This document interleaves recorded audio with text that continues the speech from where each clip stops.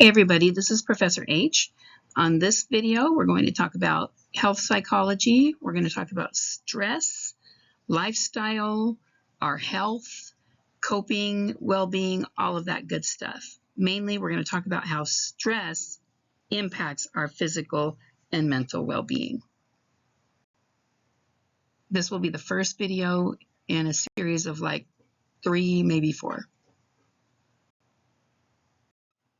There's a whole field of psychology dedicated to health issues, ranging from, diabetes. A health psychologist may work with somebody with diabetes, trying to help them understand why it's important to make certain changes in their lifestyle to help control their blood sugar.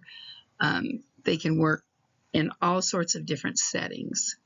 Basically, they take a look at the psychological factors related to wellness and illness, and they help work with prevention, diagnosis, and treatment of medical problems. So they have a very important role in helping people remain healthy.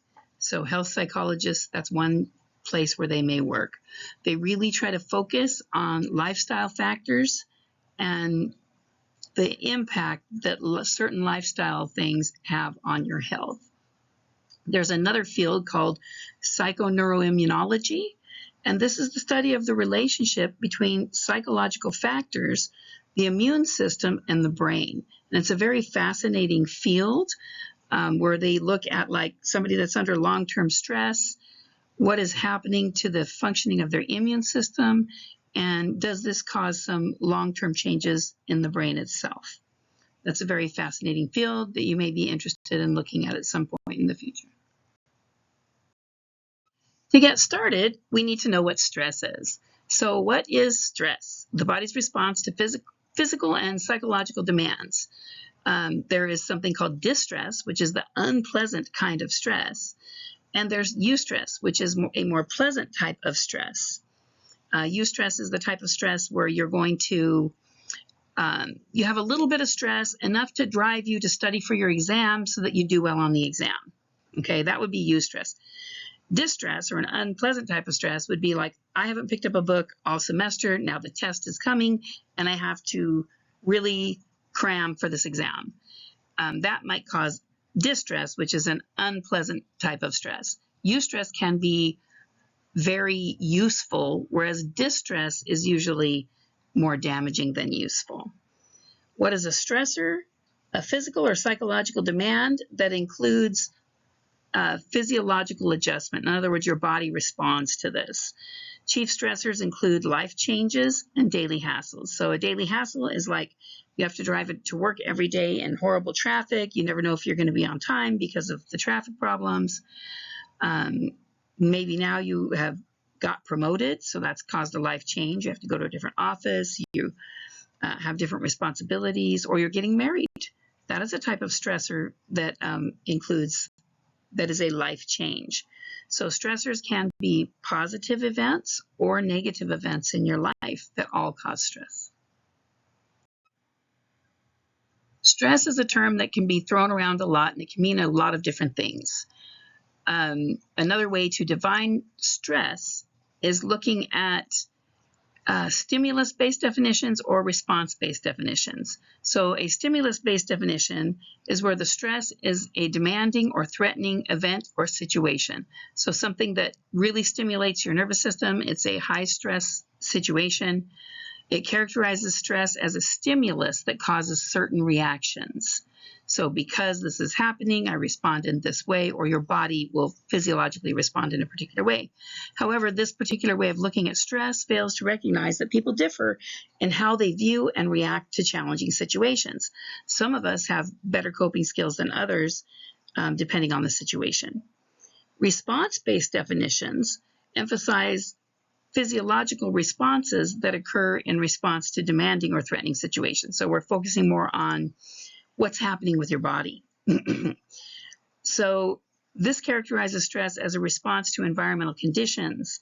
So in this particular situation, we're just looking at, oh, my blood pressure's up and my heart rate's elevated. But neither of these definitions completely cover a definition of stress. You kind of need to look at all of these different definitions of stress to encompass all the different elements of stress and what stress can be. A really good way to look at stress is through cognitive appraisal. What this means is we're talking about how you perceive and respond to stress, because what may be stressful to you might not be something that causes stress for me. So in a lot of ways, stress has a very subjective component to it. So let's take a look at this slide. Stress, a process whereby an individual perceives and responds to events he appraises as overwhelming or threatening to his well-being. This definition places the importance on how we appraise or judge demanding or threatening events, which are the stressors, which then influence our reaction. So what type of reactions do we have? We do something called a primary appraisal, and we do something called a secondary appraisal. And when something happens, let's say something bad happens, and that immediate response that we have is often that, oh my gosh, this is a huge threat. This is a really big deal. The primary appraisal is a judgment about the degree of potential harm or threat to well-being that stressor might entail. So a threat, the stressor that could lead to harm, loss, or negative consequences. A challenge is a stressor that carries the potential for gain or personal growth. So how we view the stressor. So something negative has happened, and let's say that you were applying for a particular program you wanted to get into, but you didn't get into that program, and this is causing you a great deal of stress, and you feel like this is going to threaten your whole career. It's like my whole educational career is completely derailed because of this. That's one way to view it. And when you view it that way, you're going to have a higher level of stress when you're viewing it in that way. Now, if somebody views it as a challenge, it's like, man, I really wanted to go there, but let's see what else I can do. I can go a different direction and maybe work my way in and around to what I want to do a different way. So when you view a stressor as a challenge, that way you're looking at it as something you can gain from, something that can allow you personal growth, and that is something that can be long-term potentially good. So our primary appraisal matters as to whether or not we're viewing something as an immediate threat or if we're viewing something as a challenge. People who immediately go and have that kind of, oh, the world is going to collapse around me threat type of feeling are going to have higher levels of stress than somebody who views it as a challenge. Example, graduating from college and entering the workforce can be viewed as either a threat, which is a loss of financial support, or a challenge, opportunity for independence and growth. And so once again, it depends on how you view that. What is your nature? What is your normal way of viewing circumstances that have uncertainty? Secondary appraisal is a judgment of the options available to cope with a stressor and perceptions of how effective each option will be. So oftentimes it's like, oh man, let's say that, you're driving along, you see smoke out of your car, under the hood, and you're like, oh crap, this thing's on fire. You pull over, you get the kids out, they're standing on the side of the road, and you're opening the hood and trying to see what's under there. And next thing you know, you're like, oh, it's just a radiator hose. So maybe it's not as bad as you thought. So in that particular situation, you're like, okay, well, this really isn't smoke, it's just steam, and I'm going to just call AAA and it'll be fine. They can tow it home and I can put a new radiator hose on it. So a threat is less stressful if we believe something can be done about it. So when that idea of perceived control, the idea that you actually can do something to change the outcome, is what can reduce stress. And unfortunately, a lot of people these days are feeling very overwhelmed and like they have no control over the situation, and they focus on those factors that they can't control, which increases stress. Now, if we can focus on things that we do have some impact on, that can be helpful. But things are pretty tough these days. A lot of young people are telling me that they are not experiencing a lot of hope. They're experiencing a lot of stress. And I'm hoping that in the future, things can turn around so that young people aren't having these views. So I think my example was kind of lame, but that's just kind of what I came off the cuff with as I'm doing these videos, just off the cuff, so I could hurry up and get something out there for you guys for our lectures. So this particular little diagram is, I think, very useful. It says stress is likely to result if a stressor is perceived as extremely threatening or threatening with few or no effective coping options available. In other words, if you view it as something terrible that you can do nothing about, you're going to have higher stress. So here we have, in the blue box, we have stressor. The stressor happens, the thing happens. Then we primarily assess it. Is it a challenge or is it a threat? If we decide it's a challenge, we may think it's a potential for gain or growth, and whatever we do to deal with the situation is going to be dealt with in a more positive manner and less damaging overall when it comes to stress. If you're perceiving it as a real threat that may lead to harm, loss, or negative consequences, next you need to do a secondary appraisal. So at that point, you're like, oh no, this really is a bad thing. This really sucks, and it's going to cause problems. So next, you're going to say, okay, what can we do? What options do I have? And how effective are the options? So if I look over here and I say, oh, there's nothing I can do, there's no options, I can do nothing, then it's a high threat, which will be high stress. If I think, okay, there's a few things we can try, that we can give a whirl, then the threat will be lowered. The idea of the threat will be lowered and the stress will be reduced. So basically, the way that you are thinking about the issue is going to have an impact on how much stress you are feeling from the particular thing. And a lot of that has to do with our own characteristics, our personality characteristics, our history with dealing with stress in the past. All of those things are going to impact which way we go on these appraisals. Earlier, I mentioned that there is good stress and bad stress, and the good stress is eustress, stress that can be positive and motivate us to do things in our best interest. It's associated with positive feelings, optimal health, and performance, and then distress, which is bad, causing people to feel burned out, fatigued, exhausted, and performance will decline. So this little graph down here is low performance to high performance, and then on the bottom we have low to high this way, stress level. So as the stress increases, you get to, as it's increasing, the performance is increasing. So for example, it's like, okay, I know I have several assignments that need to be done. It's getting close to that deadline. That's increasing my stress level. So now I'm going to actually be motivated to do something about it. I have enough stress to make me take action on this thing. However, if you get to a certain point where maybe it's like 2 days before the big paper's due and you haven't touched it, that might cause distress, depending on, once again, your temperament, your normal way of dealing with stress. Some people, 2 days before the test, they all of a sudden freak out and they're like, oh no, I got to do it. They sit down and they write a great paper. Okay. Other people at that 2-day point where this big paper has to be done, or the night before or whatever, it causes distress where they shut down and can't perform anymore.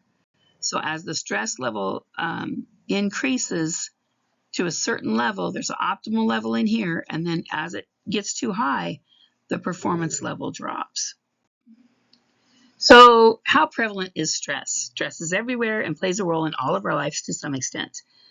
Stress can evoke a variety of responses, including physiological, with accelerated heart rate, headaches, or gastrointestinal problems; cognitive, so difficulty thinking, concentrating, or making decisions; behavioral, like drinking, smoking, taking actions related to eliminating the stress or the cause of the stress. So basically, remember when we talked about the nervous system, we talked about that autonomic nervous system that has the 2 branches in it.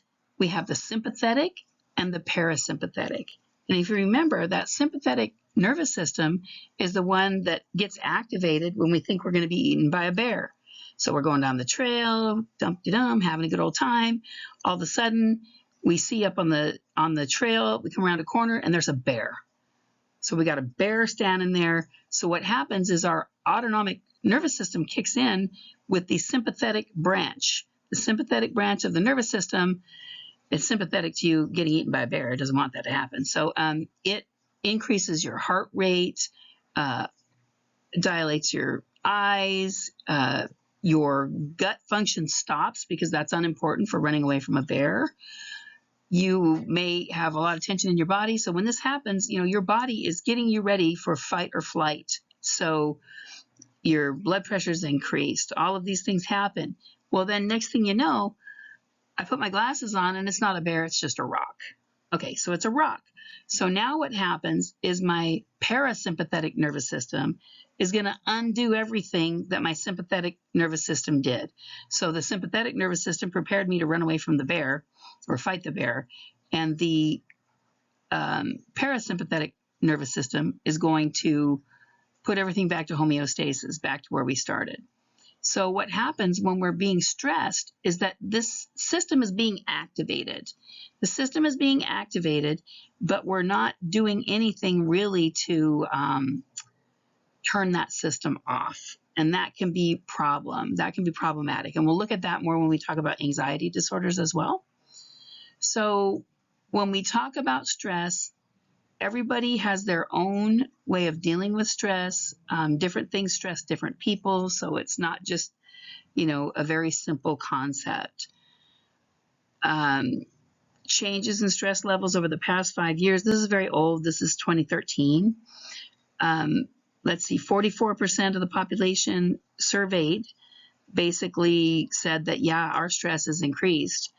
25% said it decreased, and 31% said it stayed the same. I don't have this graph for current times, but I need to find one because I'm very curious to find what people would be saying today in 2026, what their stress levels are, if they're increased, decreased, or staying the same. I mentioned earlier the field of health psychology. Health psychology is a subfield devoted to the understanding the importance of physiological influences on health, illness, and how people respond when they become ill. It investigates the connection between stress and illness, why people make certain life choices, the effectiveness of interventions aimed at changing unhealthy behaviors, and which groups of people are especially at risk for negative health outcomes based on psychological or behavioral factors.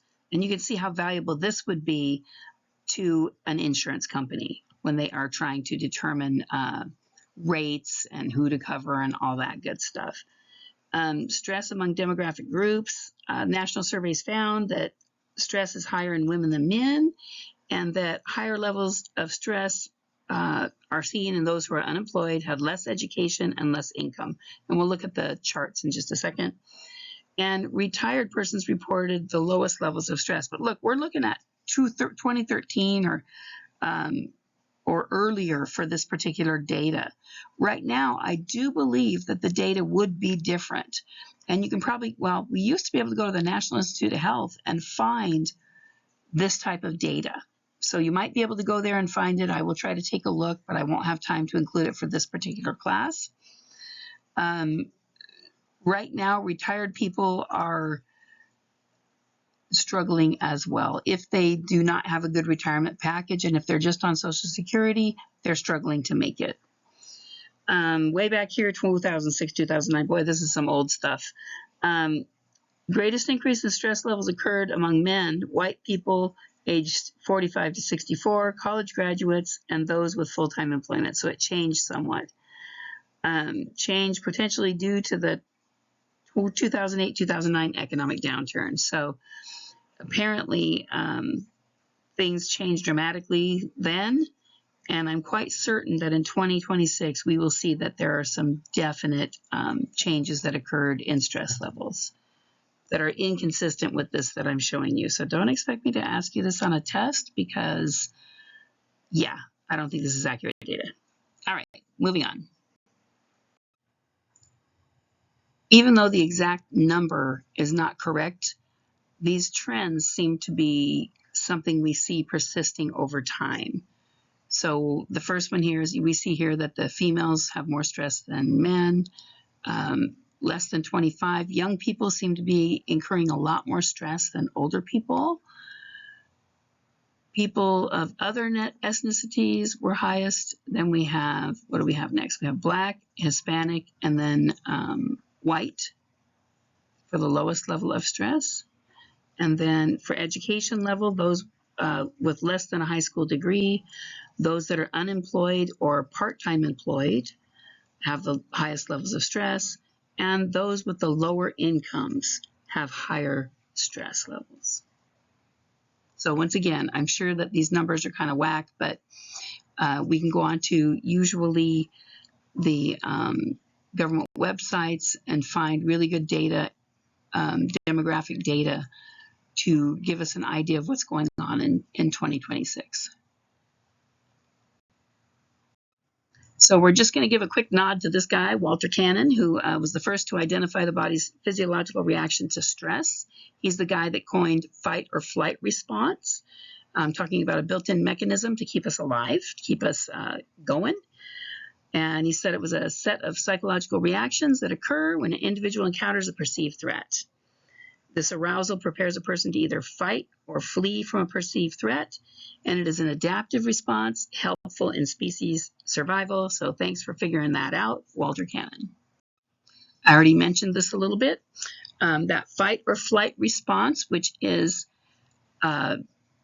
generated by your autonomic nervous system, and specifically the sympathetic branch of the nervous system, the autonomic nervous system. So it says, in response to a threatening stressor, the adrenal glands release epinephrine and norepinephrine, which cause physiological changes in the body, such as shown below. Your pupils will dilate, heart rate increases, muscles tense and may tremble. In other words, increased blood supply, respiration quickens, your bronchial tubes dilate, and your body perspires. So that prepares you to cool back down. So it does all of these things to prepare you to either fight the bear or run away from the bear. So these are the things that happen when we are stressed. So and it doesn't show on this, but another important thing is that it releases cortisol, which is a hormone into your system, which is great for inflammation short term. However, when it suppresses the immune response, so that you're running through rocks to get away from something in your bare feet. The adrenaline, all of this is going to help, and the cortisol is going to help reduce the inflammation, and it serves a purpose. However, if you have long-term stress and high levels of cortisol, it will impact your immune system negatively, and we will be looking at that in another video, but that's a very important thing here. When your parasympathetic nervous system doesn't kick back in to undo what your sympathetic nervous system did, then you end up with these high levels of hormones and neurotransmitters running around that are not needed and can impact your nervous system. For example, if you're sitting in traffic and totally stressed out because your boss isn't going to be happy that you're late, and you're super stressed about that, and you're sitting in your car, all of these hormones that are getting you, all these neurotransmitters and hormones are being released into your system to prepare you to run away from a bear or fight a bear. And then if you were out in nature and going to run away from this bear or fight this bear, you would use up a lot of these things. You would get rid of some of this stuff. However, when you're just sitting in a car, the stuff just builds up in your system and kind of stays there. So that's one of the reasons why exercise is so important, because it can help increase the good neurotransmitters. It can help reduce some of the levels of these stress hormones and things that are put into our bodies due to this fight or flight response that we have. Okay, moving on. So as I mentioned a moment ago, prolonged exposure to stressor will cause some problems with your body.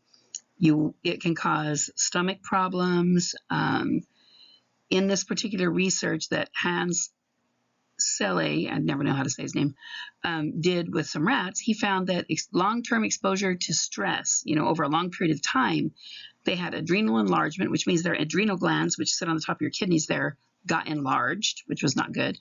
Thymus and lymph node shrinkage, and stomach ulceration. because, cause all kinds of stomach problems. The same pattern of physiological reactions occurred regardless of the stressor. He discovered that something called the general adaptation syndrome, the body's non-specific physiological response to stress. So according to this general adaptation syndrome, you have three main stages. The first stage is alarm, which is the body's immediate reaction upon facing a threatening situation. The stage of resistance, which the body has adapted or readjusted to the stressor, but it remains alert and prepared to respond with less intensity. And the physiological reaction diminishes. And the stage of exhaustion, where a person can no longer adapt to the stressor, depletion of physical resources. Physical wear takes its toll on the body and tissues and organs. So this will result in disease, illness, death, that type of thing. So if we think about finals week, a long semester has happened, finals week, it seems like everybody gets sick during finals week. And one of the reasons why people may be getting sick may be due to this adaptation syndrome, general adaptation syndrome. It could definitely be a contributing factor because we have an alarm reaction. Oh my gosh, somebody needs to do all this work in order to pass their classes. And oh no, I didn't get these assignments done. We have these tests coming up. I need to study. So you're all of a sudden panicking because maybe you got a bad grade in your previous exam, and now you're freaking out because you need to study and you need to get a better grade on your next exam. So that's the alarm reaction, is you're just freaking out and you're upset. The stage of resistance would be, okay, I'm going to the library, I'm grabbing some books, I'm going to start reading, and I'm going to start studying. All right. So you're still stressed, your body is still responding, but it's less intense than the alarm reaction. So as time goes on, you're working in the stage of resistance where you're just powering through, you're just getting it done regardless of the sleep that you're not getting, regardless of not eating healthy, no exercise, you're just sitting there getting it done, right? So finally, it is finals day. You're ready, you're going to go take that finals, and you're tired. You're really tired. Hopefully, you keep the stage of resistance going until you take that final exam. You go home, you relax, you're happy because you have 2 weeks off or something, and all of a sudden you're sick. You're in the stage of exhaustion, where a person can no longer adapt to the stressor, depletion of physical resources. In other words, you've kind of used everything up, and the physical wear takes its toll on the body tissues and organs, which may result in illness or disease or death. But death, you're not going to, die from having to study too much or something. But in a long-term situation, that type of thing could occur because you can have organs and tissues and stuff damaged over a long period of time. All right, so that's the general adaptation syndrome, and it has 3 stages: the alarm reaction stage, the stage of resistance, and the stage of exhaustion. And we're supposed to go through those 3 stages according to this particular theory. Here's a little graph that shows the 3 stages of the general adaptation syndrome. So basically what happens is you're going along just happy as can be. All of a sudden you have an alarm reaction where you're like, oh my gosh, what am I going to do? You're kind of freaking out. Then after you're done freaking out, you enter this stage of resistance where you're taking some type of action. You're taking action to resolve the problem, and you can only do it for a period of time. And after a period of time, you end up in the exhaustion phase. This slide is talking about the physiological basis of stress. As I mentioned previously, these sections of the autonomic nervous system that have the sympathetic and parasympathetic. The sympathetic nervous system triggers the arousal to help you, fight the bear or run from the bear.